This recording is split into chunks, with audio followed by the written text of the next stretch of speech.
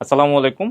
Primary এবং শিক্ষক নিবন্ধন পরীক্ষার প্রস্তুতির কিছু বেসিক ক্লাস আমরা যেমনটা বলেছিলাম নিব, এরকমই একটি ক্লাসে আজকে আপনাদেরকে স্বাগত জানাচ্ছি। আমি আব্দুল্লাহ আল ফাতিন। আপনারা জানেন যে আপনাদের সাথে আমি সাধারণ জ্ঞান বিষয়টি নিয়ে আছি, অর্থাৎ বাংলাদেশ, আন্তর্জাতিক এবং বিজ্ঞান এবং আইসিটি এই রেলিভেন্ট যে প্রশ্নগুলি আসে সেগুলি কিন্তু আপনারা আমার সাথে শিখতে পারবেন, এবং এই এক্সক্লুসিভ কোর্সে আমি আপনাদেরকে নতুন করে স্বাগত জানাচ্ছি। বেসিক যে ক্লাসটা, শুরুতেই আমি এখানে একটা ছবি দেখতে পাচ্ছি এবং একটি স্টেটমেন্ট দেখতে পাচ্ছি যে আলোয় রাশিয়ার ইলেকট্রন নেই সেই আলো আমি বেশি পছন্দ করি। তো এই যে ডায়লগটা বা এই যে স্টেটমেন্টটা, এই স্টেটমেন্টটার সাথে আসলে এখানে যে লোগোটা আছে এই লোগোটার আসলে সম্পর্ক কি, এবং আমরা অনেকেই জানি যে এইখানে যে লোগোটাই দেখতে পাচ্ছি এটা হচ্ছে ইউরোপীয় ইউনিয়নের লোগো, এবং ইউরোপীয় ইউনিয়নের যে জ্বালানি যে কমিশনার তার স্টেটমেন্ট হচ্ছে এটা। তো এখান থেকে আসলে খুব সহজে আমরা অনুধাবন করতে পারি যে আসলে অ্যান্টি রাশিয়ান একটা স্টেটমেন্ট বা একটা মনোভাব প্রকাশ পাচ্ছে। এইটার কারণ হচ্ছে যে রাশিয়া তার মিত্র যে দেশগুলি আছে বা প্রতিবেশী দেশগুলি আছে তাদের সাথে যখনই তার বনিবনা হয় না, সে খুব সুন্দর করে বিদ্যুৎ, জ্বালানি এই ধরনের যে সাহায্য সেবা তারা প্রোভাইড করে থাকে সেগুলি সুন্দর করে বন্ধ করে দেয়। তো এমনই একটি ঘটনা ঘটেছে, এবং এই ঘটনার প্রেক্ষিতেই প্রাথমিক বিদ্যালয় সহকারী শিক্ষক নিয়োগ 2020 সালের একটি প্রশ্ন আসে। প্রশ্নটি আমরা একটু দেখার চেষ্টা করি যে রাশিয়া ন্যাটোতে যোগ দেওয়া ইস্যুতে কোন দেশে বিদ্যুৎ সরবরাহ বন্ধ করে দেয়।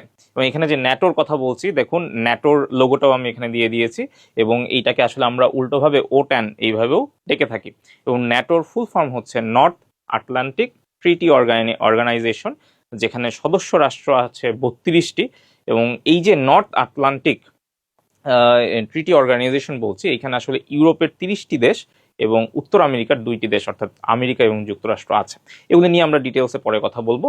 তো প্রশ্নটাতে যদি আমরা একটু আসি যে ন্যাটোতে যোগ দেওয়া ইস্যুতে কোন দেশে বিদ্যুৎ সরবরাহ বন্ধ করে, এখন আমরা যদি পরবর্তী স্লাইডগুলোতে যখন ম্যাপ দেখবো তখন কিন্তু বুঝে যাব যে রাশিয়ার সাথে আসলে বর্ডার শেয়ার করে কোন দেশ। এমন একটা দেশ আছে যেটা হচ্ছে আসলে ফিনল্যান্ড। আমরা যদি একটু দেখার চেষ্টা করি, ফিনল্যান্ড, এই ফিনল্যান্ড এর সাথেই হচ্ছে আমাদের আসলে রাশিয়ার বিদ্যুৎ সরবরাহের একটা চুক্তি ছিল। সেটা হচ্ছে যখনই ফিনল্যান্ড কি করলো যে ন্যাটোতে যোগ দেওয়ার জন্য আসলে তারা মানসিকভাবে বা এটা ন্যাটোতে যোগ দেওয়ার জন্য তারা যখন জাতিগতভাবে একটা সিদ্ধান্ত নিল, তাদের জরিপে 76% জনগণ যখন বলে যে আমরা ন্যাটোতে যোগ দিতে চাই, তখনই এই ধরনের একটা সিদ্ধান্ত আসে রাশিয়ার পক্ষ থেকে।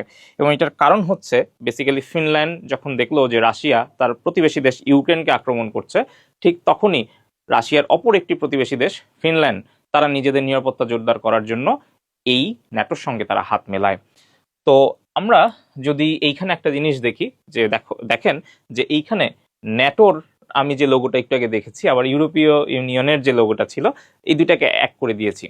এইখান থেকে একটা মজার বিষয় জানার আছে যে এই যে দুটি যে প্রতিষ্ঠান বা অর্গানাইজেশন আমি বললাম, একটা কি ন্যাটো এবং আরেকটা হচ্ছে আমার ইউরোপিয়ান ইউনিয়ন, এই দুইটা একসাথে করার কারণ হচ্ছে এই দুইটার সদর দপ্তর বা হেডকোয়ার্টার যেটাকে বলে একই দেশের একই সিটিতে, এবং সেটা হচ্ছে ব্রাসেলসে, বেলজিয়ামের ব্রাসেলসে। সুতরাং এই যে দুটো অর্গানাইজেশন আছে এদের হেডকোয়ার্টার কোথায়? এদের হেডকোয়ার্টার হচ্ছে ব্রাসেলসে।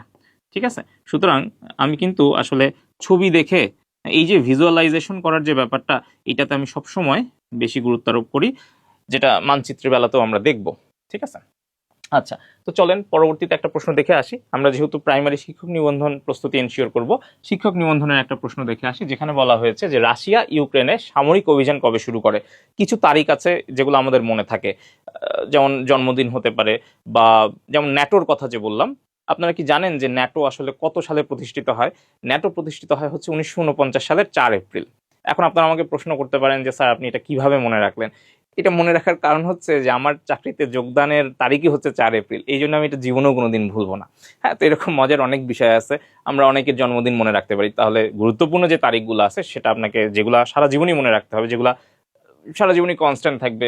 রাশিয়া ইউক্রেনে সামরিক অভিযান শুরু করে 24 ফেব্রুয়ারি 2022, এইটা আসলে ভোলা যাবে না। ঠিক আছে, সো 24 ফেব্রুয়ারি 2022 এই যে তারিখটা, এই তারিখে রাশিয়া যখন ইউক্রেনের সামরিক অভিযান শুরু করে, এরপরেই আসলে নড়ে চড়ে বসে রাশিয়ার যে পার্শ্ববর্তী যে দেশগুলো আছে, ফিনল্যান্ড, বাল্টিক যে দেশগুলো আছে, লিথুনিয়া, হ্যাঁ, এগুলা আমরা একটু পরে ইয়াতে দেখব। তো রাশিয়ার যখন এই যে ইউক্রেনের সাথে এই যুদ্ধের বিষয়টা আসে, তখন আরো একটা কমন প্রশ্ন আসে। এখানে আমি হয়তো রেফারেন্স দেই না, বাট এই প্রশ্নটা আপনি যদি প্রশ্ন ব্যাংক, যে কোনো প্রশ্ন ব্যাংক খুলে দেখেন, আমাদের অল ইন ওয়ান যে জব সলিউশন আছে সেটাও যদি খুলে দেখেন, দেখবেন হাজারবার এই প্রশ্নটা আসছে যে রাশিয়া ক্রিমিয়া উপদ্বীপ দখল করে কত তারিখে বা কত সালে। তো এটাও আমরা একটু মনে রাখবো যে 18 মার্চ 2014। ঠিক আছে, আগের স্লাইডেও এই অপশনগুলাই ছিল, এখানেও আমি এই অপশনটাই রাখছি। তো এখানে এই অপশনটা ইচ্ছা করেই রাখা হয়েছিল, আগের স্লাইডে দেখেন সবগুলাই 2022, বাট এটাতে 2014 রাখার কারণ হচ্ছে এই তারিখটা আমার জন্য গুরুত্বপূর্ণ। সুতরাং আপনি যখন একটা প্রশ্ন পড়বেন, অবশ্যই অপশনগুলোও একটু যাচাই বাছাই করবেন, অপশনগুলোও একটু স্টাডি করার চেষ্টা করবেন। ঠিক আছে, আচ্ছা, তাহলে রাশিয়ার এই যে ইউক্রেন আক্রমণ, ক্রিমিয়া উপদ্বীপ দখল, এই দুইটা জিনিস আপনি জেনে গেলেন। ঠিক আছে, নেক্সটে আমরা এখন আসি যে এই যে ম্যাপটা যেটা আছে, এই মানচিত্রটা আমরা একটু দেখার চেষ্টা করব। এই যে ম্যাপটা আছে, এই ম্যাপ থেকে আমরা আসলে বিস্তারিত আরো অনেক ইনফরমেশন পাবো। যেমন এখানে 5টা দেশ আছে, এগুলোকে আমরা নর্ডিক কান্ট্রি বলি। এইখানে আবার স্ক্যান্ডিনেভিয়ান কান্ট্রিও আছে। এখন কোনটা নর্ডিক কান্ট্রি, কোনটা স্ক্যান্ডিনেভিয়ান কান্ট্রি, এই জিনিসগুলো আমরা রেগুলার ক্লাসগুলোতে জানবো। এবং এই যে ম্যাপটা আছে, এই ম্যাপে আমি যা ছোট করে বলি, এখানে যে রাশিয়া আছে এবং এই রাশিয়ার সাথে দেখেন খুব ওতপ্রোতভাবে ফিনল্যান্ড প্রায় 1300 কিলোমিটার তারা কি করে, বর্ডার শেয়ার করে। হ্যাঁ, তো এই যে বর্ডার শেয়ার করে, এই জন্যই কিন্তু রাশিয়া যখন দেখলো যে সে তারই বর্ডার শেয়ার করা আরো একটা দেশ ইউক্রেনকে হামলা করতে পারে, ফিনল্যান্ড কিন্তু তখনই নড়ে চড়ে বসে। ঠিক আছে, এবং তখনই সে নিজের নিরাপত্তা জোরদার করার জন্য কি করে, ন্যাটোতে যোগ দেয় বা যোগ দেওয়ার সিদ্ধান্ত নেয়। এইরকম রাশিয়ার যে এই যে চরিত্র, যে কিছু হইলেই আমি জ্বালানি দিব না, বিদ্যুৎ বন্ধ করে দিব, এইরকম একটা ক্যারেক্টারিস্টিক্স তারা আরো কিছু দেশের সাথে সাম্প্রতিক সময়ে দেখিয়েছে। দুটো দেশের কথা বলবো, সেই দুটো দেশের কথাও আমি এখানে ম্যাপ দিয়েই বুঝাবো। রেগুলার ক্লাসগুলোতে এগুলো আরো ভালোভাবে বুঝবেন। খেয়াল করে দেখেন তো, এই যে রাশিয়ার সাথে, এই যে রাশিয়ার সাথে 1300 কিলোমিটার কে জানি শেয়ার করছিল, এখানে কে আছে, ফিনল্যান্ড, মনে আছে? ঠিক একইভাবে রাশিয়ার সাথে দেখেন এখানে আরেকটা দেশ আছে ইউক্রেন, এটা আমরা খুব ভালোভাবে জানি, তার সাথে তো যুদ্ধ বিগ্রহ লেগেই আছে। তো মজার বিষয় হচ্ছে এইখানে কমলা কালারে আপনি যে বুলগেরিয়া দেখতে পাচ্ছেন আর এখানে যে পোল্যান্ড দেখতে পাচ্ছেন, এই রাশিয়া এই দুইটা দেশে সাম্প্রতিক সময়ে তারা কি করে, বিদ্যুৎ সরবরাহ বন্ধ করে দেয়। এবং এটার কারণ কি? এইটার কারণ হচ্ছে, আপনি যদি আমাকে জিজ্ঞেস করেন যে এটার কারণ কি, কেন, অনেক সময় আপনারা আমাদেরকে জিজ্ঞেস করেন যে 10 থেকে 20তম গ্রেড বা 11 থেকে 20তম গ্রেডের রিটেন কোনো প্রিপারেশন হবে কিনা। তো এই ধরনের পরীক্ষাগুলোতে রিটেন কি আসে, কোনো এমসিকিউ আসে না, এক কথায় উত্তর দেওয়ার মতো অনেক প্রশ্ন আসে। আপনাকে জিজ্ঞেস করতে পারে যে রাশিয়া কেন পোল্যান্ড এবং বুলগেরিয়াতে বিদ্যুৎ সরবরাহ বন্ধ করে দেয়, আপনি এক কথায় উত্তর দিয়ে দিবেন যে রাশিয়া যখন দেখলো যে এই দুটা দেশ তারাও হচ্ছে কি ইউরোপীয় ইউনিয়নের সদস্য হইতে চায় বা তাদের কাছ থেকে জ্বালানি সাহায্য সহায়তা পাওয়ার একটা চেষ্টা তদবির চালায়, এবং তখন তারা যেটা করে, ইচ্ছা করে রাশিয়াকে রুবল, প্রাকৃতিক গ্যাসের যে দাম সেটা রুবলে পরিশোধ করতে চায় না। এই কারণে যেটা হয়, অর্থাৎ আপনাকে যে এইভাবে একটা সিঙ্গেল একটা প্রশ্ন আসতে পারে কোনো এমসিকিউ অপশন ছাড়া, যে কেন বুলগেরিয়া এবং পোল্যান্ডে রাশিয়া হচ্ছে বিদ্যুৎ সরবরাহ বন্ধ করে দেয়, সহজ উত্তর আপনি সুন্দর করে লিখে দিবেন যে প্রাকৃতিক গ্যাসের মূল্য রুবলে পরিশোধ না করার কারণে।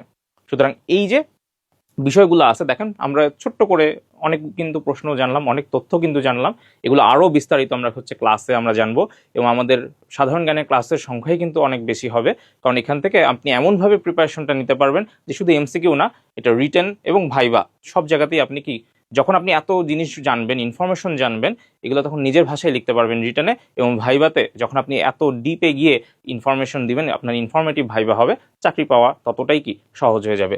সুতরাং আমি আশা করব যে আপনারা আমাদের কোর্সের বিষয়গুলো জানেন। 12 তারিখ থেকে আমরা ক্লাস শুরু করব, এবং রেগুলার ক্লাস, পেইড ব্যাচের ক্লাসগুলো কিন্তু সেদিন থেকে শুরু হয়ে যাবে। আমরা পরীক্ষা নিব, এবং আমাদের যে ক্লাস পিডিএফ ছাড়াও নেসেসারি যদি কোনো শিট দেওয়া লাগে আমরা সেগুলো দিব। যে কোনো ধরনের সাপোর্ট যদি লাগে, সপ্তাহে 6 থেকে 7 দিনই কিন্তু আমাদের ক্লাস থাকবে। সুতরাং এই এক্সক্লুসিভ ক্লাসে বা এই ব্যাচে আপনারা ভর্তি হয়ে যাবেন। ভর্তির জন্য যাবতীয় যা তথ্য আপনারা এখান থেকে জানতে পারবেন। তো সবাইকে আজকের জন্য শুভকামনা, ধন্যবাদ, আসসালামু আলাইকুম।